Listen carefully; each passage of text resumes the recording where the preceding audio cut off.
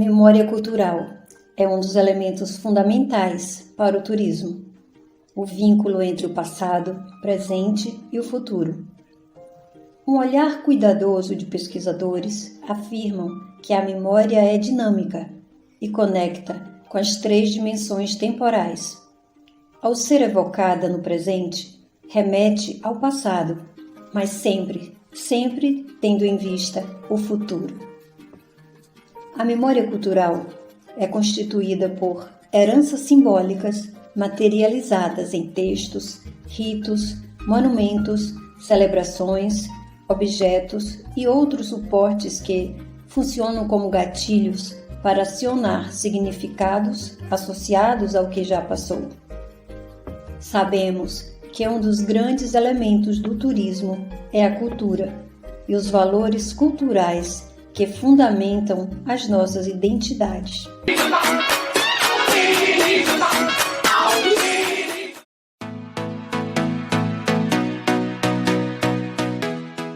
E hoje vamos falar com o escritor, jornalista colombiano, o mais baiano das plagas das terras de Todos os Santos.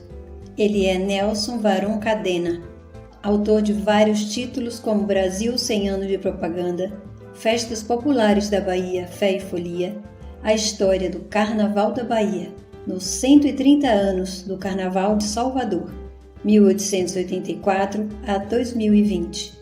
Baiano por opção é referência na história da propaganda brasileira e nos deu uma grande contribuição no resgate da memória cultural da Bahia através do seu fantástico trabalho de pesquisa. Nelson, Bahia de Todos os Santos ou Bahia de todas as festas? Bom, com certeza Bahia de todas as festas, né? Bahia de Todos os Santos é quase uma lenda, né? Na verdade é o nome com que Américo Vespuccio batizou a Bahia em 1500, quando chegou na sua expedição, né? Mas a Bahia escolheu seu santo de preferência ao longo do tempo, então ela cultua especialmente Santo Antônio, é um santo assim muito forte na cultura baiana, né? Cultua São Jorge, que apesar de ter sido meio banido pela Igreja Católica, ele foi resgatado, né? pelos movimentos negros, pela cultura afrodescendente, e em especial o Senhor do Bonfim, né? O Senhor do Bonfim, que é Jesus Cristo, mas que tem, o baiano presta uma reverência muito especial. Mas na verdade a Bahia é sim de todas as festas, né? São centenas de festas que são realizadas na Bahia durante o ano, festas populares, algumas com tradições de 100, 150, 200, 300 e mais de 400 anos, né? Salvador, antes de ser construída, quando ainda estava em obras, em 1549 ainda, menos de 10 semanas de construção da cidade, e já estava realizando a primeira festa, que era a festa de Corpus Christi, uma festa na época e até hoje prerrogativa da Câmara de Vereadores, né? Embora hoje a Câmara de Vereadores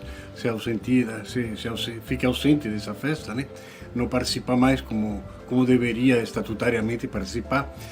E já fez uma festa grandiosa naquela época, 1549, com muitas danças, com muitas alegorias, né? As festas antigas eram muito alegóricas, eram representações teatrais de rua, né? Com danças, com música, eram festas muito alegres, embora fosse uma festa que podemos chamar de festa católica, né? E até hoje as festas baianas elas têm uma força assim, popular extraordinária, não apenas aqui em Salvador, né? Em Salvador a gente tem referência de 2 grandes festas, né? A festa do Senhor do Bonfim, a festa de Iemanjá, mas no interior, cada cidade, cada município tem uma ou 2 ou 3 ou meia dúzia de festas, como é o caso de Cachoeira, que são realizadas durante o ano, onde há uma concorrência de público assim, muito grande, e todas elas têm um histórico, um legado, todas elas têm uma tradição muito forte, né? O povo realmente, isso passa de geração para geração, e é uma das coisas de que eu me orgulho aqui na Bahia, né? de ir para uma festa popular e ver que, por exemplo, as baianas, que são tradicionais, no Bonfim, na Lavagem de Itapuã, na festa de Santo Amaro e em outras festas, eles levam as filhas, levam as netas, levam até meninos de colo, que desde criança aprendem a gostar e passam a conviver com esse clima de festa, que é uma mistura de devoção e ao mesmo tempo uma mistura de entretenimento. 130 anos do Carnaval da Bahia. Um outro título seu que adentra um legado ainda maior, que vai dos jesuítas até a guitarra baiana. Como foi tudo isso? Na verdade, o livro 130 anos do Carnaval de Salvador não se restringe só a esse período cronológico de 130 anos, né? O título do livro é porque queria marcar essa data, que era uma data comemorativa, uma data fechada. Mas no decorrer da elaboração do livro eu acabei falando de mais de 400 anos de Carnaval de Salvador, né? Porque o Carnaval foi um dos elementos de catequização dos jesuítas junto aos indígenas, né? Os jesuítas espertamente eles descobriram que os índios que eram tão arredios em relação às pregações, em relação à cultura ocidental que os jesuítas queriam impor a eles, e descobriram que eles gostavam de música, que eles gostavam de dançar, que eles gostavam de fazer fogueira, que eles gostavam se divertiam muito com isso, né? E então os jesuítas aproveitavam o período do Carnaval, que é o período do Carnaval, todo mundo sabe, é um período que antecede a Quaresma, um período que tem uma ligação com a Igreja Católica, né?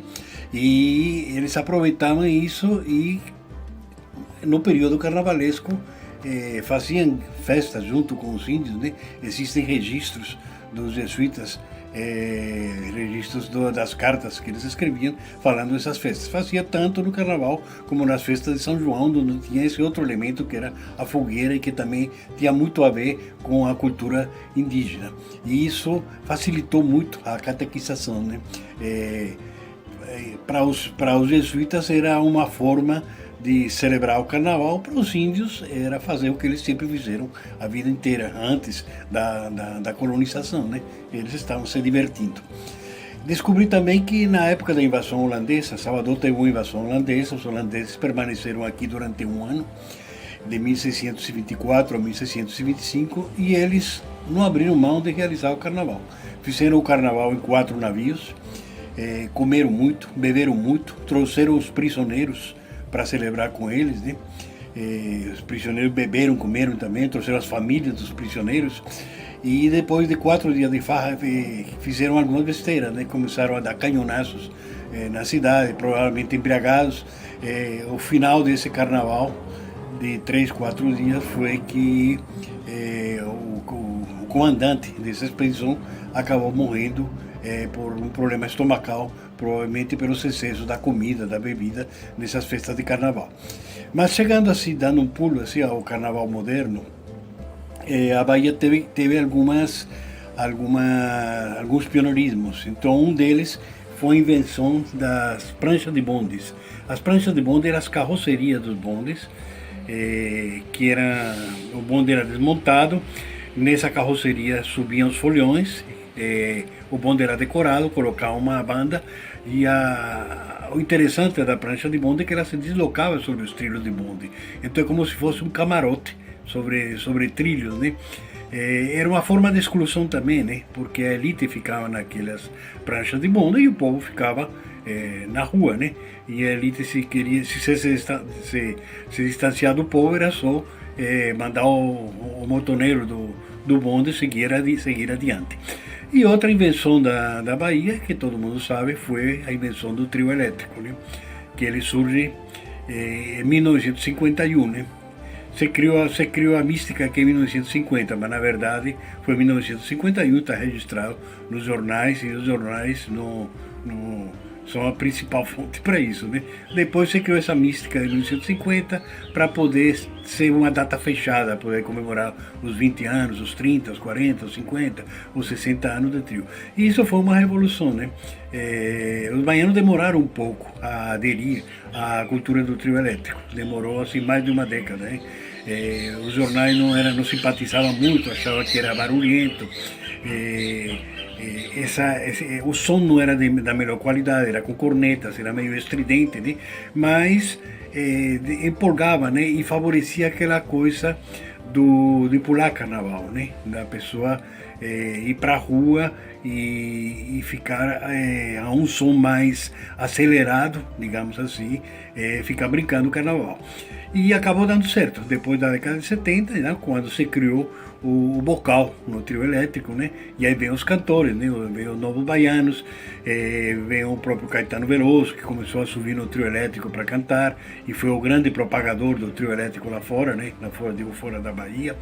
E depois os artistas que se tornaram referência, como Luiz Caldas, como Moraes Moreira também, que foi um grande divulgador.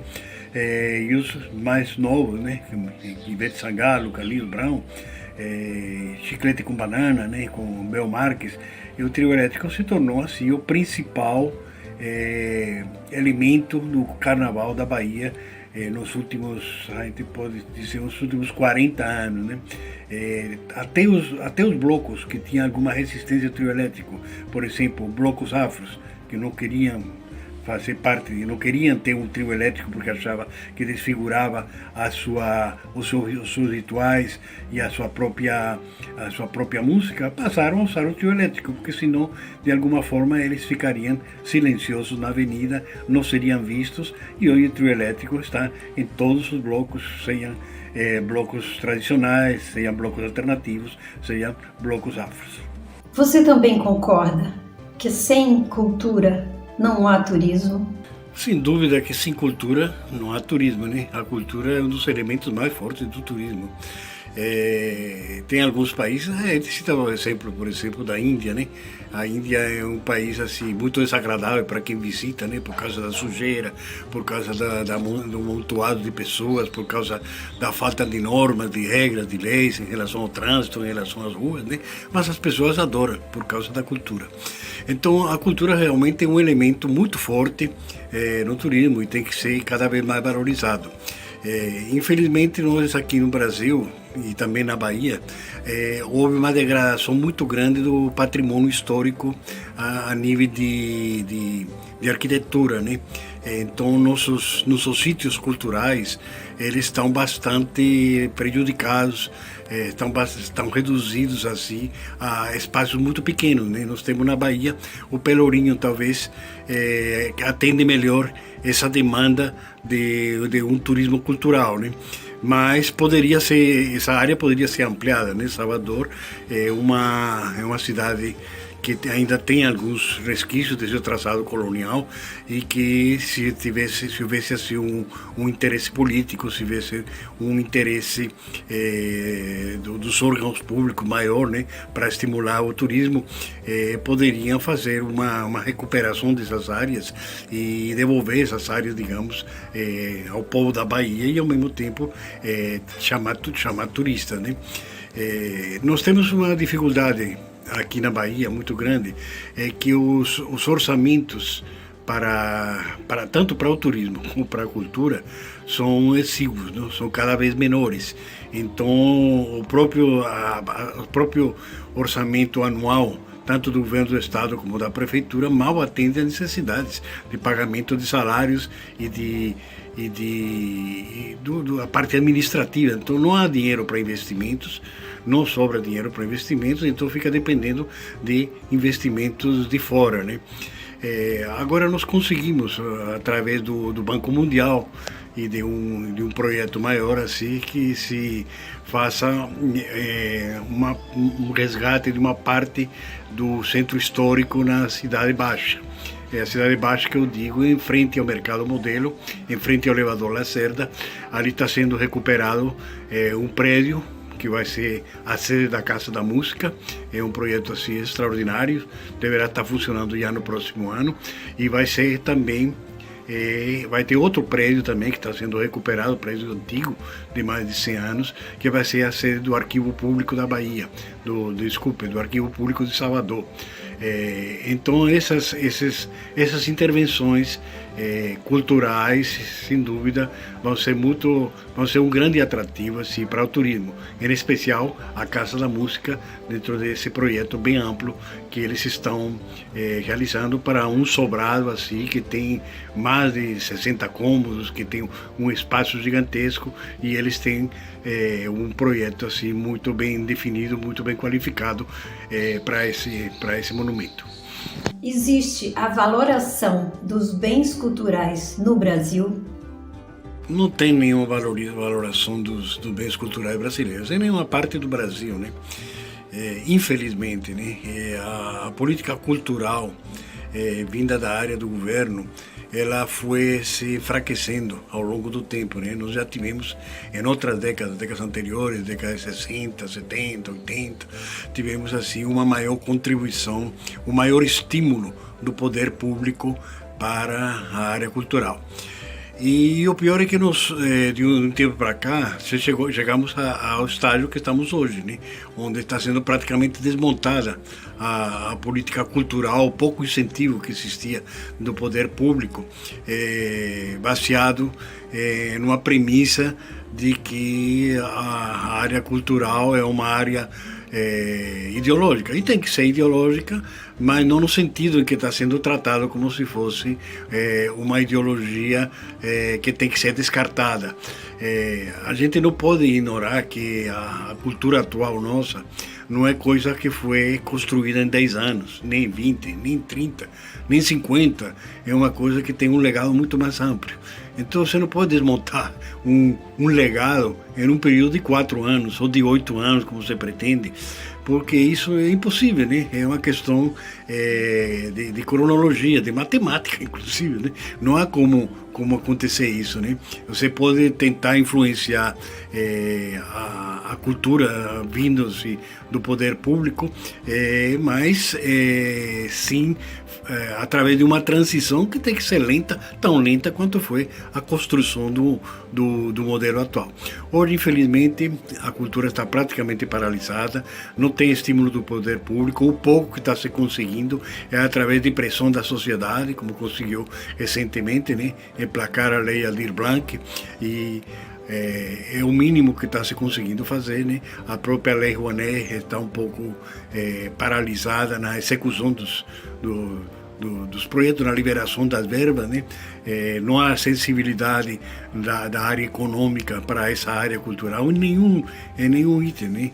Nem no item de restauração, nem no item de formação de colaboração, assim, digamos, para a formação de grupos musicais, de grupos de artistas, que isso viria através da lei de incentivo, mas que elas também não acontecem porque há uma política praticamente definida de que se deve paralisar esse setor, porque é um setor que não é simpático a certos setores do governo.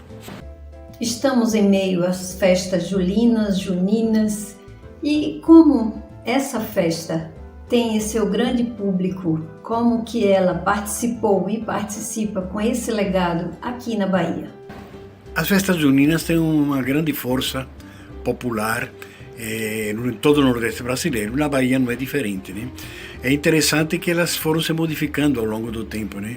As festas juninas no passado eram festas mais urbanas, hoje as festas juninas são festas mais rurais, né?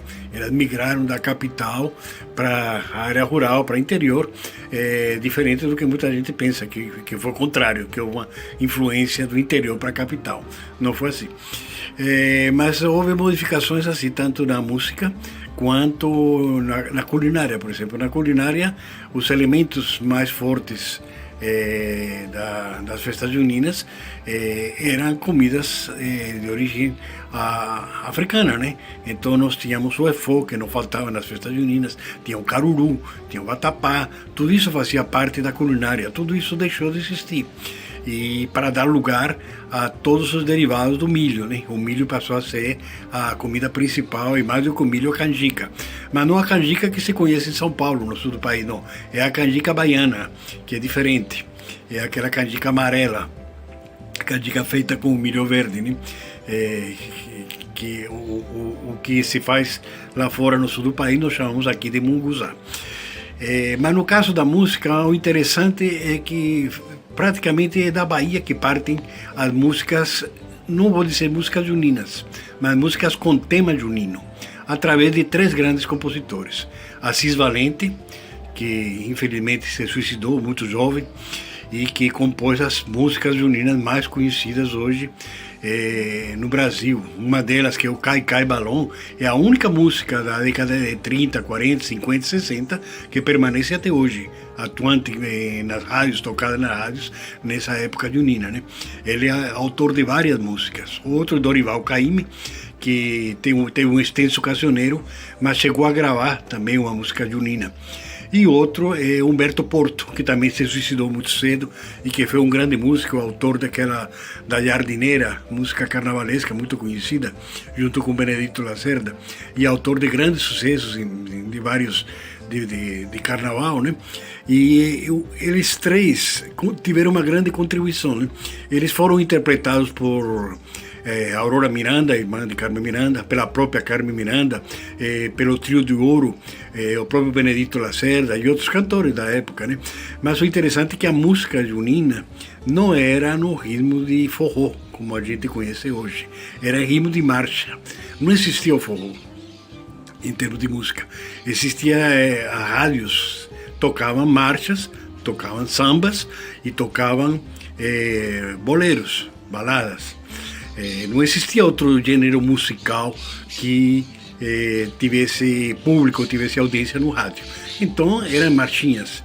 Essas marchinhas depois foram adaptadas, sofreram adaptações ao longo do tempo e se tornaram essas músicas de forró que a gente conhece hoje e que depois explodiram com outros intérpretes que vieram do norte do país, né? O principal dele é Luiz Gonzaga, Dominguinhos, Oswaldinho e outros tantos que agregaram muito valor ao tema junino e à própria música junina. Nelson, e como boa e fiel baiana que sou, quero te agradecer imensamente pela sua contribuição à cultura da Bahia e a tantas obras maravilhosas dedicadas à nossa história, à nossa memória. Muito obrigada. Que o Brasil é um país fantástico, maravilhoso e rico, todos nós já sabemos. Vamos ver um pouquinho hoje de pessoas que fazem o Brasil acontecer, que produzem e que têm orgulho desse país tão maravilhoso e que abastecem toda a cadeia produtiva do nosso turismo aqui nacional.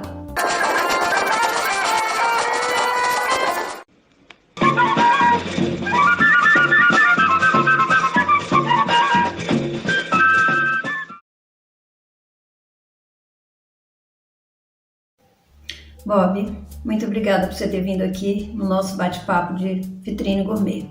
Diz pra gente como começou a história da oliveira aqui em terra brasileira. Cássia, estamos aqui no pomar do azeite Sabiá. Aqui atrás você pode ver uma oliveira de 300 anos que nós trouxemos do Uruguai. Na verdade, os espanhóis, na época da colonização, eles levavam mudas de oliveira para todos os lugares que iam. A oliveira dava para eles a energia para acender as lamparinas, o óleo, né, dava energia para acender as lamparinas, o óleo para os cosméticos, do ponto de vista de proteção de pele, alimento. O óleo de oliva sempre foi algo muito importante em todas as sociedades, em todas as civilizações, né? No Brasil, a olivicultura é relativamente recente. Ela foi intensificada a partir de 2000, no início dos anos 2000, a partir de pesquisas realizadas pela IPAMIG, aqui em Maria da Fé, uma cidade de Minas, bastante alta, e onde a oliveira se adaptou e se desenvolveu muitíssimo bem. A partir dali, eles conseguiram estender a olivicultura para toda a Mantiqueira e também no Rio Grande do Sul, onde você tem boas condições meteorológicas. A oliveira se desenvolveu e hoje ela está presente de uma maneira um pouco mais organizada, sustentável e sendo desenvolvida com um número significativo de produtores. Como foi apostar, acreditar na olivicultura aqui no Brasil, num país que não tinha referência nenhuma de azeite de produção em larga escala? Nós resolvemos acreditar e apostar na olivicultura, no desenvolvimento do azeite, a partir de 2014.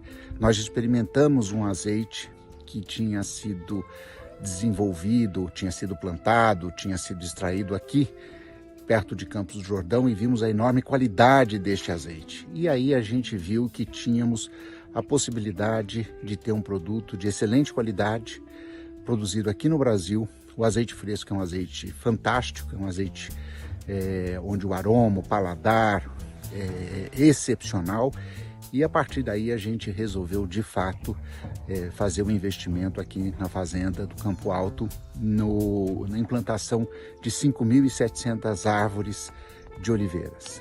Sabemos que em concursos internacionais, né, de azeite, a análise sensorial, né, e outros elementos são pontuais nesses concursos. O que te levou a participar desses concursos e ter esse sucesso estrondoso? A gente começou o projeto desenvolvendo com a ideia de ter o azeite, não tínhamos muita ideia de como seria este produto. A partir da primeira safra, que foi bem pequena, em 2018, nós vimos que era um produto de excelente qualidade. Depois veio a safra de 19, um pouco maior, 20 e 21.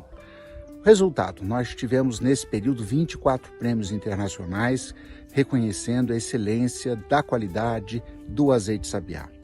O fato de participar de concursos é muito importante para a gente, para nós brasileiros inclusive, que não temos o hábito de ter análises sensoriais, né?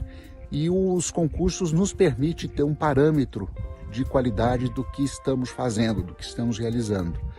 Por isso que a gente acabou encaminhando para os concursos, mas com o andar e as premiações, nós ficamos bastante orgulhosos disto e animados com relação aos concursos. Qual é a receita do sucesso e da excelência do azeite Sabiá? Nossa grande preocupação o tempo todo foi com relação à qualidade. O equipamento é um equipamento de última geração, um equipamento de extração de última geração, onde o processamento é todo a vácuo. Isso faz com que nós tenhamos menor nível de oxidação durante o processamento do fruto, né, e transformando ele no azeite, no óleo de oliva. A guarda, a refrigeração, enfim, toda a preocupação foi para ter um produto de excelência. Um produto que possa ter uma durabilidade maior quando exposto nas gôndolas dos empórios que vendem o nosso azeite e que as pessoas possam degustá-lo da melhor maneira possível, com a plenitude do seu aroma, do seu paladar.